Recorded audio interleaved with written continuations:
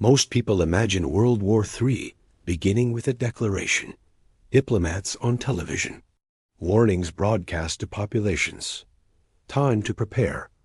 But modern warfare doesn't announce itself. The gap between peacetime and total war can be measured in minutes. By the time you realize what's happening, the first missiles are already in flight. It begins at 4:47 a.m. Eastern Standard Time.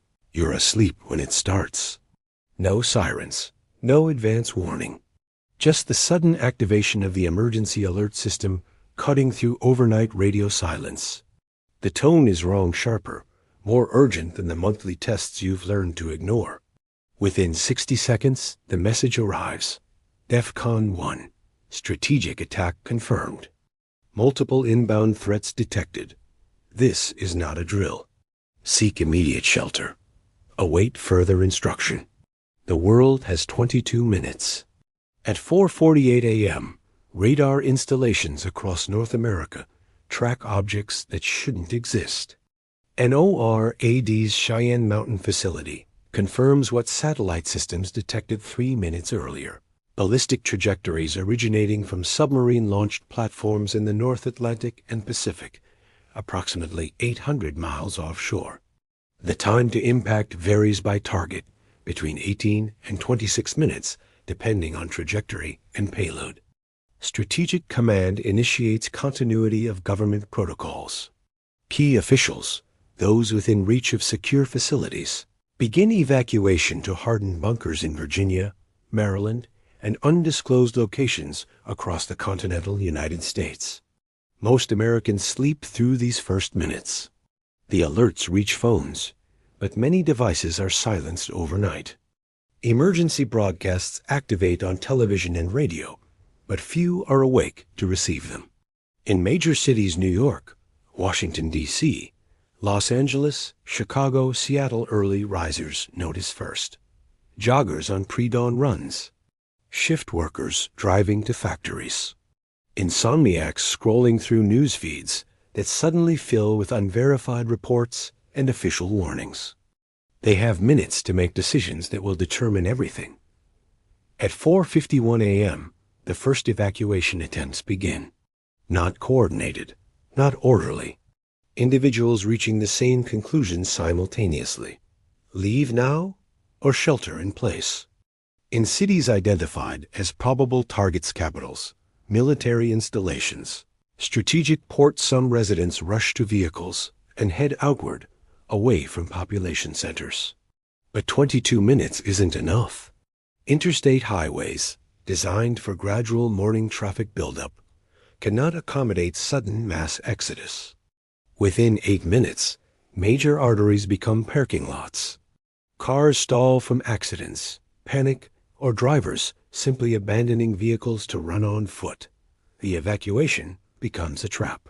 Those who understand modern warfare make different choices. You can't outrun this. The blast radius of a 300-kiloton warhead extends roughly 5 miles for complete destruction, with severe damage reaching 10 miles. But the real threat isn't the explosion, it's what comes after: radiation, fallout, the invisible contamination that travels on wind and settles on surfaces miles from ground zero. Running puts you in the open, exposed, with no shelter when detonation occurs. The survival calculus is brutal. Basement now or death later. At 4:58 a.m., some people make the correct choice. They don't flee. They move to interior rooms on the lowest floor available. Basements if they have them. Interior bathrooms or closets if they don't. They seal doors with towels and duct tape. They fill bathtubs and containers with water. Municipal pressure will fail within hours. They gather supplies, food, medicine, flashlights, battery-powered radios. These actions, taken in the span of 10 minutes, will determine survival probability for the next 2 weeks. At 5:09 a.m., the first warheads detonate. The strikes are precise, calculated, and designed to decapitate command structure while preserving population centers for later leverage. Not because of mercy, but because of strategy. The initial wave targets 23 locations simultaneously across the continental United States. Strategic Nuclear Forces at Malmstrom Air Force Base in Montana, F.E. Warren in Wyoming, Minot in North Dakota. Naval bases at Kings Bay, Georgia, and Bangor, Washington. Command and control facilities buried beneath mountains and desert. The detonations occur at altitude 300 to 400 feet above ground, maximizing blast radius while minimizing immediate fallout. Each explosion generates light brighter than the sun, visible for hundreds of miles. The flash burns retinas of those unfortunate enough to be looking in the wrong direction. Then comes the shockwave wall of compressed air, traveling at 700 miles per hour, shattering windows 20 miles from ground zero, collapsing older structures within 10 miles, and vaporizing everything within 3. But most Americans experience none of this directly. You're 200 miles from the nearest detonation, far enough that the flash is just unusual brightness against the pre-dawn sky, far enough that the sound arrives as distant thunder, wrong in its sustained duration. What you can't see, can't hear, and can't feel is the electromagnetic pulse radiating outward at the speed of light. The EMP surge reaches your location in less than 1 second, inducing current spikes in every electronic device within a 500-mile radius. Your phone dies, not drained, destroyed. The integrated circuits fuse at microscopic levels, turning the device into an expensive paperweight. The same happens to computers, modern vehicles, grid infrastructure, and communication systems. In the span of 1 second, the technological foundation of modern civilization collapses across half the continent. By 5:15 a.m., communication networks cease functioning. Cell towers operate on backup batteries when grid power fails, but the EMP renders most systems inoperable regardless. The few towers still transmitting can't connect to backbone networks now fragmented. Internet traffic, dependent on router synchronization and server farms, dissolves into isolated pockets. The web of instant global communication reverts to localized radio, and even not only where equipment was shielded or operators switched to backup systems fast enough. The power grid follows a different timeline. Some regions lose power instantly. Substations, overloaded by EMP surge, trip offline permanently. Other areas experience cascading failures over the next 20 to 40 minutes as the grid attempts to balance load across disrupted transmission networks. Grid operators, those still able to communicate with command centers, execute emergency protocols to prevent total collapse. They succeed in some regions. In others, the mathematics of synchronized power distribution becomes unsolvable when 30% of the network disappears. By 6 a.m., 140 million Americans are without electricity. The sun rises over a transformed nation. Hour 1 to 3, 6 a.m. to 9 a.m., morning arrives with a clarity that feels wrong. The usual sounds are absent. No traffic hum, no aircraft crossing overhead, no distant sirens or industrial noise. Just wind, birdsong, and the occasional sound of human voices calling out in confusion. In cities untouched by direct strikes, the population wakes to discover that the world changed while they slept. You check your phone, dead. You try the lights, nothing. The refrigerator has stopped humming. The electric clock shows the wrong time. Outside, neighbors emerge onto streets and driveways, drawn by the same realization. Something fundamental has broken. Conversations form in clusters. Has anyone heard anything? Does anyone know what happened? The answers vary by who has battery-powered radios or hand-crank emergency receivers. Those with working radios hear fragments. The emergency alert system continues broadcasting on some frequencies, automated messages looping without update. Other stations, those with backup generators and operators who stayed, provide scattered information. Multiple nuclear detonations confirmed, casualties unknown, shelter in place, Avoid contaminated areas. Wait for further instruction. But the instructions are vague because those giving them don't know much more than the public. By 7 a.m., the scale of the attack becomes clearer through pieced-together reports. 23 confirmed detonations in the first wave. Strategic military targets, not population centers. Estimated casualties: 300,000 to 500,000 immediate deaths, with millions more at risk from fallout in downwind zones. The numbers feel abstract, too large to comprehend, too distant to feel personal. But the secondary effects are immediate and tangible. The power grid is failing. Communication is severed. Transportation networks are paralyzed. Supply chains have stopped. The grocery stores open despite everything. Not from corporate direction, most regional managers can be reached, but from employees showing up to work because routine provides comfort in chaos. The stores fill within 30 minutes. Not with orderly customers, but with people who understand that food doesn't appear magically on shelves. The supply trucks won't arrive today or tomorrow. The inventory on hand represents the total available food supply for this community until the crisis resolves. Panic purchasing begins immediately. Canned goods disappear first, then bottled water, then bread, despite it having the shortest shelf life. Within 2 hours, shelves are stripped. Fights break out over remaining supplies. Store security, where present, attempts to maintain order, but quickly realizes they're outnumbered and outmatched. Many stores close early, managers locking doors to prevent looting, though the distinction between panic buying and looting becomes semantic when currency may be worthless tomorrow. By 9 a.m., commerce has effectively ceased. Electronic payment systems don't function without power and network connectivity. Credit cards are useless plastic.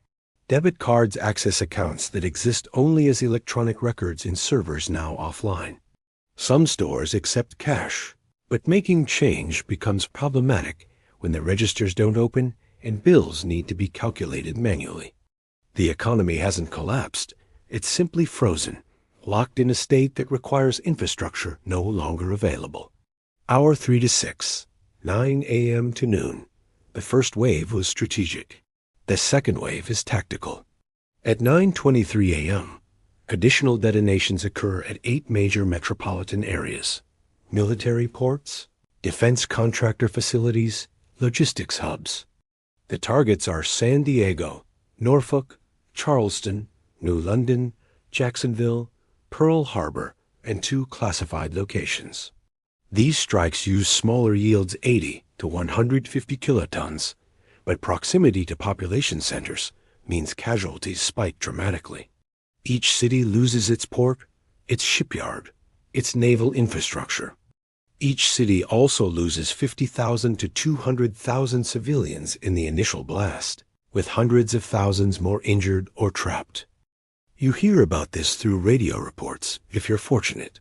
If not, you learn from the flash on the horizon, the distant rumble that rattles windows, or the amateur radio operators relaying information between regions. The second wave confirms what many feared. This isn't a limited strike. This is total war, executed with precision to eliminate military capability while leaving industrial and population infrastructure damaged but recoverable. The strategy is clear: destroy America's ability to project power while keeping the nation alive enough to negotiate surrender. By 10 a.m., NATO initiates Article 5 response. European allies confirm collective defense obligations activated. The United Kingdom elevates to DEFCON 1 equivalent. France mobilizes strategic forces. But retaliation requires decisions that haven't been made. Launch nuclear counterstrikes and risk global extinction? Deploy conventional forces and accept limitations? The calculus of mutually assured destruction confronts the reality that the destruction is no longer mutual. It's sequential, and the United States absorbed the first blow. Meanwhile, on American soil, the cascade continues. Hospitals transition to emergency protocols, but their capacity evaporates rapidly. Trauma from blast effects overwhelms facilities near strike zones. Burn victims exceed available treatment resources within the first hour. Radiation exposure cases begin appearing first responders who entered contaminated zones, evacuees who fled through fallout, and residents of areas where wind patterns carried radioactive particles. Without power, modern medical equipment fails. Surgery occurs by flashlight. Anesthesia is rationed. Triage becomes brutal calculus of who can be saved versus who will die, regardless of intervention. The water supply begins to fail around midday. Municipal systems rely on electric pumps to maintain pressure through distribution networks. Backup generators at treatment facilities provide temporary service. Most have fuel for 24 to 72 hours of operation. But as power outages extend beyond initial estimates, fuel reserves deplete faster than rationing can extend. Water pressure drops neighborhood by neighborhood. Taps that flowed this morning produce only trickles by noon, and nothing. Those who filled bathtubs and containers have reserves. Those who waited have empty pipes. Fallout becomes the invisible killer. The high-altitude detonations minimized immediate fallout, but ground-level strikes on ports generated substantial radioactive debris. Prevailing winds carry contaminated particles northeast from San Diego, east from Norfolk, and inland from Charleston. The fallout looks like dust or light ash easy to mistake for normal pollution. It settles on surfaces, on skin, in lungs when breathed. Radiation exposure is cumulative and invisible. A fatal dose can be absorbed in 30 minutes without shelter, or avoided entirely with proper protection. By noon, those who sheltered immediately have saved themselves. Those who evacuated or ignored warnings are beginning to die.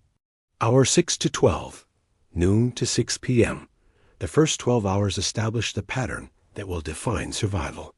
You've been in shelter now for 7 hours if you made the right choice at the start.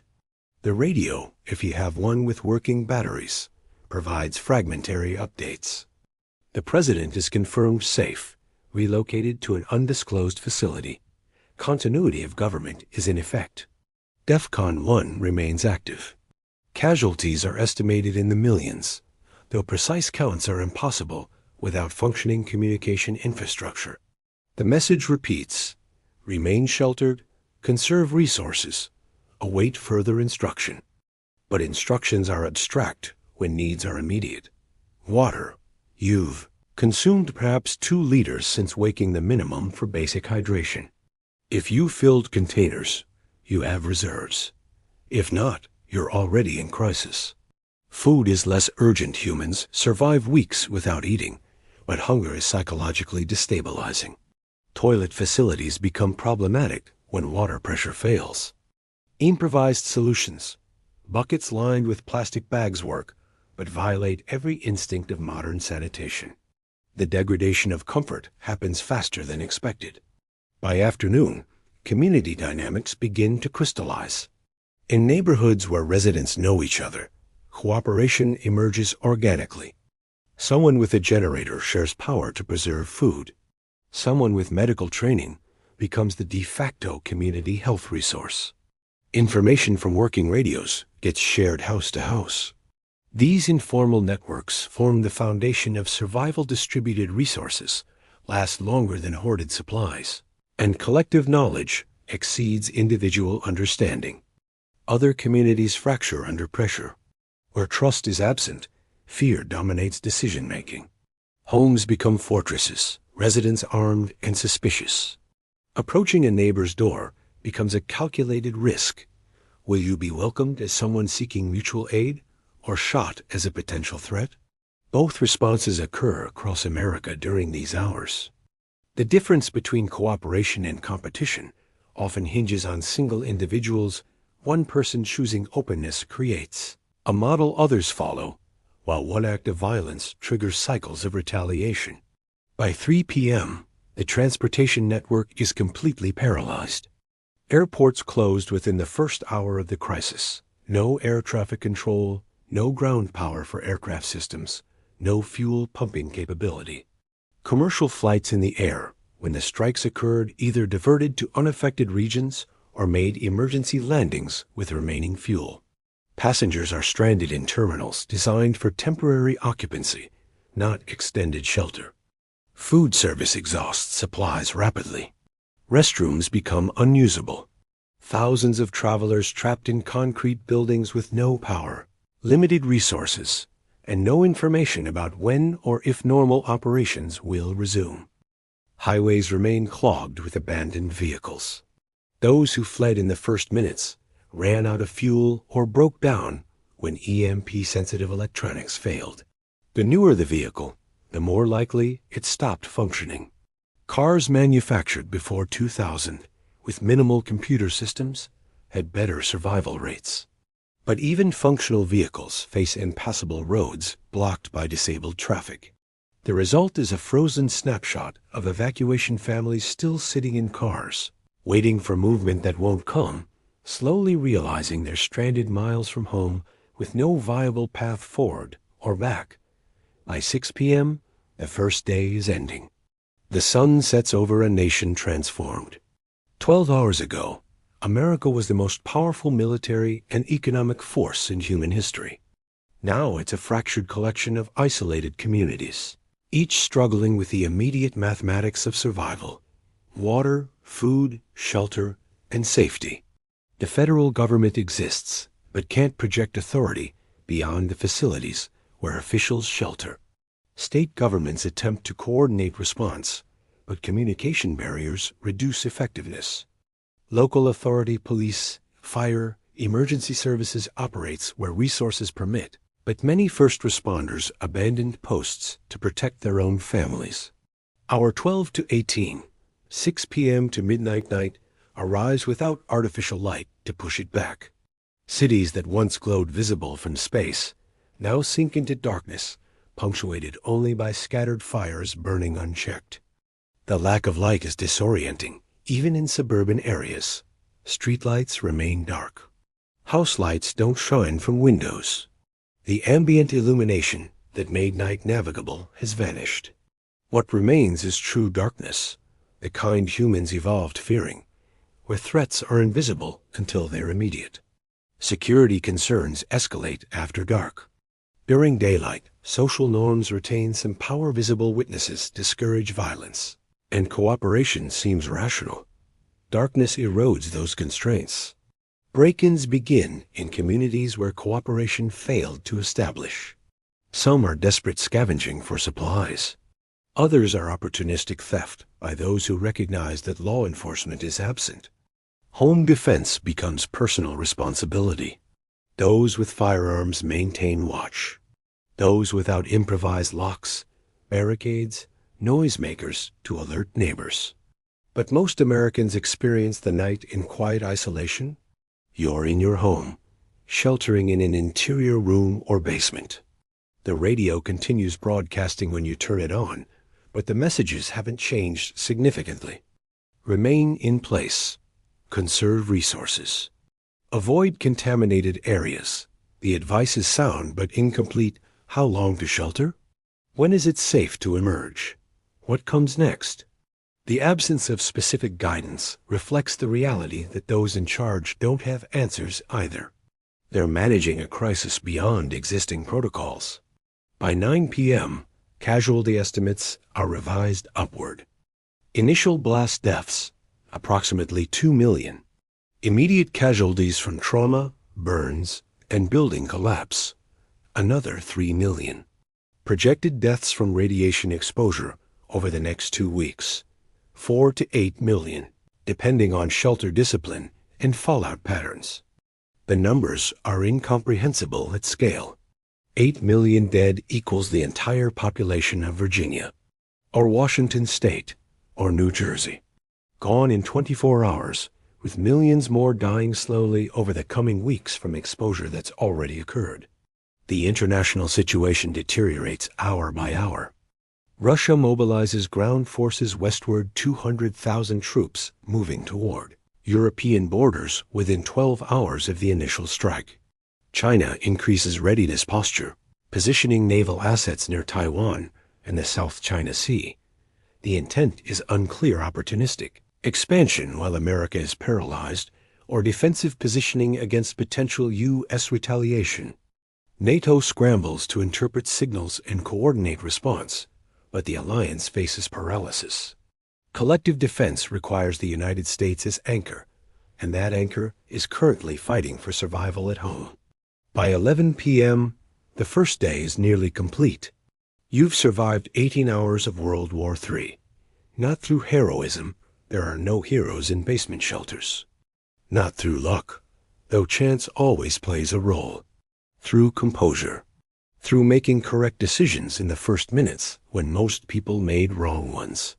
Through understanding that modern warfare kills more people through panic and poor choices than through direct weapons effects.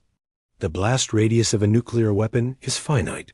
The radius of panic is unlimited. Midnight approaches. The official first day ends. But the crisis is only beginning. Hour 18 to 24. Midnight to 6 a.m. The second night is harder than the first. Initial adrenaline has faded. The reality of conditions settles into consciousness. Your cold heating systems don't function without power, and autumn temperatures drop to uncomfortable levels overnight. You're hungry, not starving yet, but the psychological comfort of regular meals is absent. You're thirsty, rationing water, and hyper-aware of every sip consumed. You're scared, though you try to suppress it, because panic consumes resources faster than any physical need. Sleep becomes difficult despite exhaustion. Every sound is potentially threatening: footsteps outside, distant voices, unexplained noises in darkness. The imagination amplifies ambiguous stimuli into specific threats. Is that a looter? A desperate neighbor? Someone injured seeking help? Or just wind-moving debris? Without light to investigate, you remain alert, listening, trying to assess risk from incomplete information. This hypervigilance is exhausting, but rational, real threats exist, and distinguishing them from false alarms in darkness is nearly impossible. By 2 a.m., radiation levels in fallout zones have dropped significantly. The decay follows predictable physics. After 7 hours, intensity falls to 1/10 of initial levels. After 18 hours, it's down to roughly 1/20. This exponential decrease means that each hour of shelter during the peak period provides logarithmic benefit. Those who sheltered from the start and remained inside for 24 hours face manageable exposure when they eventually emerge. Those who evacuated through fallout zones in the first hours absorbed potentially lethal doses, despite now being in safe locations. The distinction between temporary and permanent changes begins to clarify. Temporary, the initial shock, the panic, the uncertainty about what's happening. These will fade as information improves and patterns stabilize. Permanent, the power grid, even in best case, restoration takes weeks to months. Communication networks require infrastructure rebuilding at scale. Supply chains depend on logistics that no longer function. Economic systems need institutions that may not exist in previous forms. The world that existed 24 hours ago is gone permanently. What replaces it won't be determined for weeks, months, or years. By 4 a.m., the second sunrise approaches. You've survived 24 hours. One full rotation of the Earth. In that time, nuclear weapons struck the continental United States for the first time in history. Millions died. Millions more face injury, radiation exposure, or resource shortages that will prove fatal. The federal government maintains continuity but lacks ability to project authority across devastated communication networks. Local communities either formed cooperative survival networks or fragmented into competing factions. The immediate crisis remains unsolved, but the pattern of what comes next has been established by choices made in these first hours. At 6 a.m., exactly 24 hours after the initial alert, the sun rises again. The second day. When light returns, it reveals a landscape altered by absence. No traffic moves on highways visible from your window. No aircraft cross the sky. The FAA grounded all flights within minutes of the first strike, and no aircraft have launched since. No sounds of commerce or industry echo from the distance. The auditory environment has regressed to a pre-industrial state, where human activity is local and mechanical systems are silent. What you hear is wind, birds adjusting to reduced human presence, and occasional voices of neighbors emerging cautiously from homes. You emerge from shelter following 24 hours of isolation. The advice was to remain inside for at least 24 hours, preferably 48 to 72. But human needs don't respect ideal timelines. Water supplies need replenishment. Information needs updating. Physical and psychological strain of confinement demands brief respite. The decision to emerge requires calculation radiation levels have dropped substantially from peak, but safer doesn't mean safe. Every minute outside accumulates exposure. Speed matters more than any other variable. The neighborhood looks different. Not destroyed your area, wasn't in the blast radius, but changed. Some homes remain sealed and dark, occupants maintaining shelter discipline. Others show signs of activity, doors open, people moving supplies, conversations happening in driveways. The social landscape has bifurcated, those choosing cooperation and those choosing isolation. Both groups are making rational assessments based on different assumptions about human nature under pressure. By mid-morning, a pattern of sustainable communities becomes visible. Someone set up a bulletin board, a physical piece of plywood propped on a fence where handwritten notes share information. Water available at the Johnson Housepring containers. Medical assistance at 412 Oak Street, nurse on site. Radio updates at noon and 6:00 p.m. at the community center. These simple coordinations extend resources and reduce duplication of effort. 10 families pooling water purification capacity serve the entire group more efficiently than 10 families attempting individual solutions. Other neighborhoods show different patterns. Houses remain barricaded. Residents appear briefly, armed and watchful, then retreat inside. No information sharing occurs. No cooperation emerges. Each family treats every other as potential threat. This approach maximizes short-term security, but creates long-term vulnerability. When one family exhausts water supplies, they have no network to fall back on. When medical crisis occurs, no trained assistance is available. Isolation as strategy only works if individual resources exceed needs indefinitely, an assumption that rarely holds. The water crisis intensifies during the second day. Municipal pressure is completely absent now. Those with stored reserves are running calculations family of 4, 2 liters per person per day minimum. Current supply equals X days remaining. The math is unforgiving. A bathtub holds roughly 160 liters 20 days for a family of 4 under strict rationing. But strict rationing means no washing, no sanitation beyond absolute necessity, no margin for increased need due to heat, illness, or physical exertion. Real-world consumption exceeds minimum calculations. Alternative sources become necessary.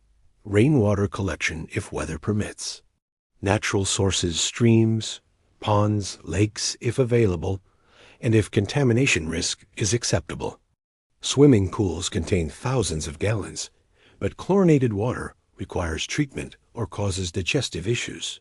Each option involves trade-offs between immediate hydration needs and longer-term health consequences.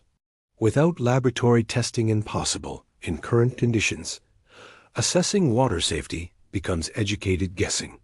By afternoon, the new economy solidifies. Currency is increasingly irrelevant. What matters is immediate utility. A family with excess canned food, but no water trades with a family holding opposite surpluses.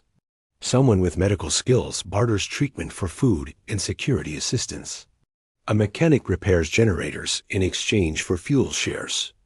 This isn't planned economics. It's spontaneous organization emerging from necessity. The human ability to create trading systems even when institutional structures collapse.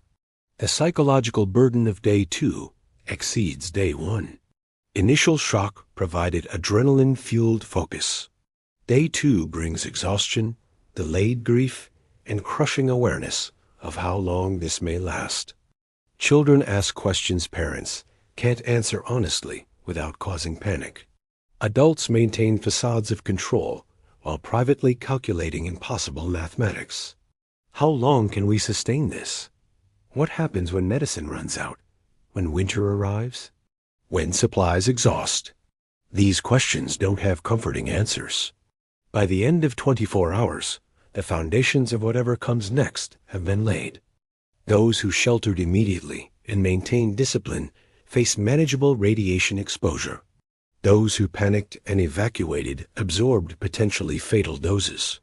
Those who formed cooperative networks stretched resources and distributed labor. Those who isolated have security but limited sustainability. These patterns, established in the first hours, will determine survival over the coming weeks and months. The federal government maintains existence of limited function. Continuity of government preserved leadership, but projecting authority across fractured communication networks proves nearly impossible. Presidential directives can't reach local authorities when radio is the only functioning long-range communication. Federal resources exist, but can't be deployed effectively when transportation infrastructure is paralyzed. The government is alive, but largely impotent present, but unable to materially affect conditions on the ground for most Americans.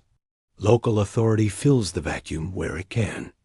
County sheriffs, town mayors, community organizers, those with existing credibility and means to communicate, become de facto governance.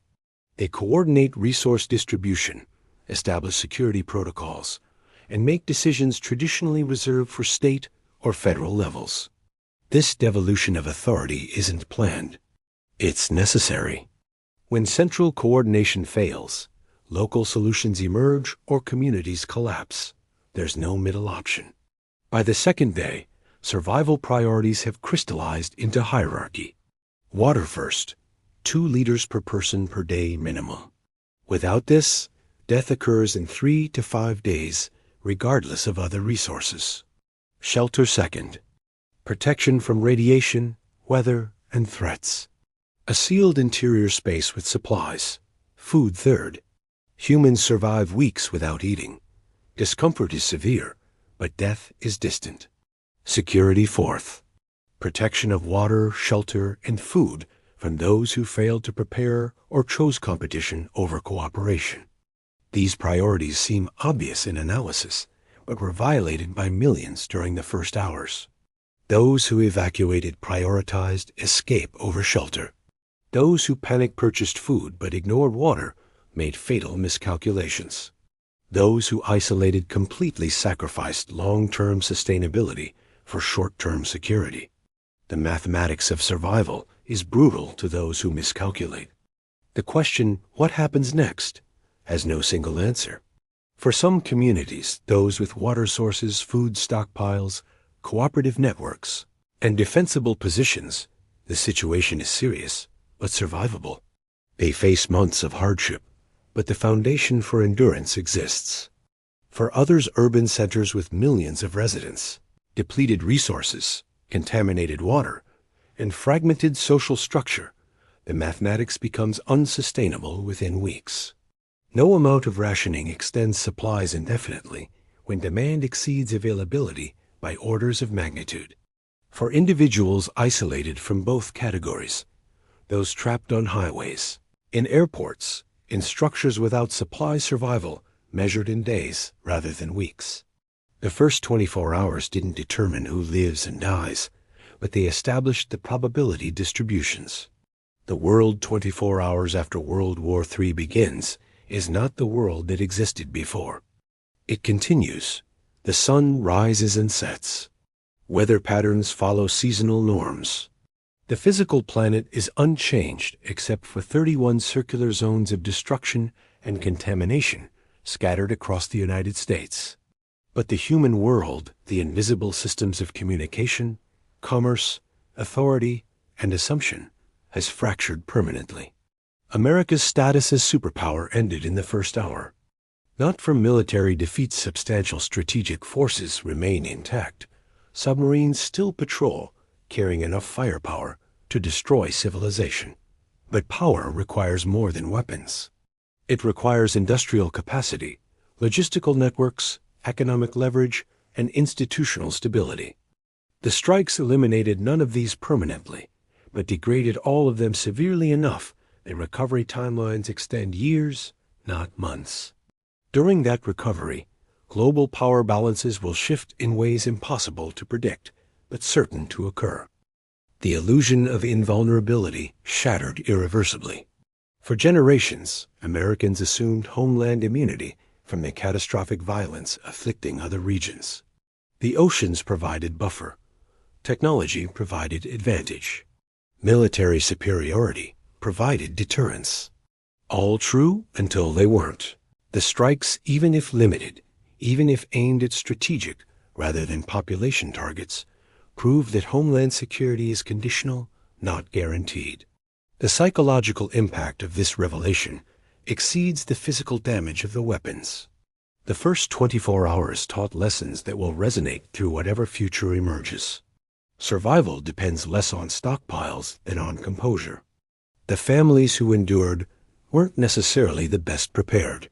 They were the ones who assessed conditions accurately, made decisions quickly, and adjusted when initial plans proved inadequate. Panic heals more reliably than radiation. Discipline preserves life more effectively than weapons. Cooperation extends resources further than hoarding. These truths seem obvious in retrospect, but were violated by millions when tested. The assumption that technology provides answers collapsed, and technology failed. Phones didn't save anyone. Internet connectivity provided no survival advantage once networks fragmented. GPS navigation became irrelevant when vehicles stopped functioning. The tools that defined modern life proved fragile when tested by conditions they weren't designed to handle. What mattered was older knowledge, how to purify water, preserve food, maintain shelter without electricity, communicate without electronics, coordinate without central authority. Skills that seemed obsolete suddenly became essential. The question everyone asks, when will normal return, misunderstands the situation fundamentally. Normal ended 24 hours ago. What comes next won't be a restoration of what was lost. It will be an adaptation to conditions that now exist. Power grids will eventually restore, but not to previous capacity. Communication networks will rebuild, but with different architecture. Supply chains will resume, but serving different distribution patterns. Economic systems will function, but under modified rules. The future isn't the past returning. It's something new emerging from the ruins of what was. 24 hours after World War III begins, the immediate crisis remains unresolved. Millions are dead. Millions more face injury, illness, or exposure that will prove fatal in coming weeks. Resources that seemed abundant yesterday are now finite and diminishing. Authority that seemed unquestionable is now fragmented and contested. Communities that seemed stable have fractured or coalesced based on choices made in hours of chaos. The problems facing survivors, water, food, shelter, security, medical care, have no easy solutions and no guaranteed timeline for improvement. But life continues. Not because humans are inherently resilient, many aren't. Not because hope persists, for many it doesn't. But because biological systems continue functioning. Hearts beat, lungs breathe. Hunger and thirst demand response. Children need care regardless of circumstance. These basic imperatives drive continued existence even when broader meaning seems absent. The species endures not through triumph, but through simple persistence in the face of conditions that make persistence seem pointless. The sun sets on the first full day of World War III. You've survived. Not through heroism, not through luck, but through making better decisions than those who didn't. Through understanding that modern warfare kills most of its victims indirectly through panic, through poor choices, through failure to adapt quickly enough to changed conditions. Through recognizing that survival isn't about defeating threats, but outlasting critical phases. Through maintaining composure when composure seemed impossible. The first 24 hours are over. What comes next depends on what was built during that time. Not physical structures, but patterns of cooperation, trust, discipline, and rational decision-making under pressure. The communities that survive truly survive, not just exist, will be those that formed these patterns in the chaos of the first day. Those that didn't will fracture over the coming weeks as resources deplete and pressure intensifies. The war itself may be over, or it may just be beginning. The initial strikes accomplished their strategic objectives. America's ability to project military power is severely degraded. Whether that degradation leads to negotiated settlement, escalation, or prolonged instability remains unknown. That's a question for diplomats and strategists in hardened bunkers, not for individuals sheltering in basements, calculating water rations. For you, for the 300 million Americans who survived the first day, the question isn't what happens next geopolitically. It's simpler and more immediate. How do we endure the next 24 hours? And the next? And the next after that? The answer won't be found in grand strategy or philosophical contemplation. It will be found in the small, practical decisions made every day. Ration carefully. Maintain discipline. Cooperate when possible. Protect what matters. Adapt to conditions as they exist, not as you wish them to be. These simple principles don't guarantee survival, but they make survival possible. And that's all anyone can ask when the world ends in 24 hours.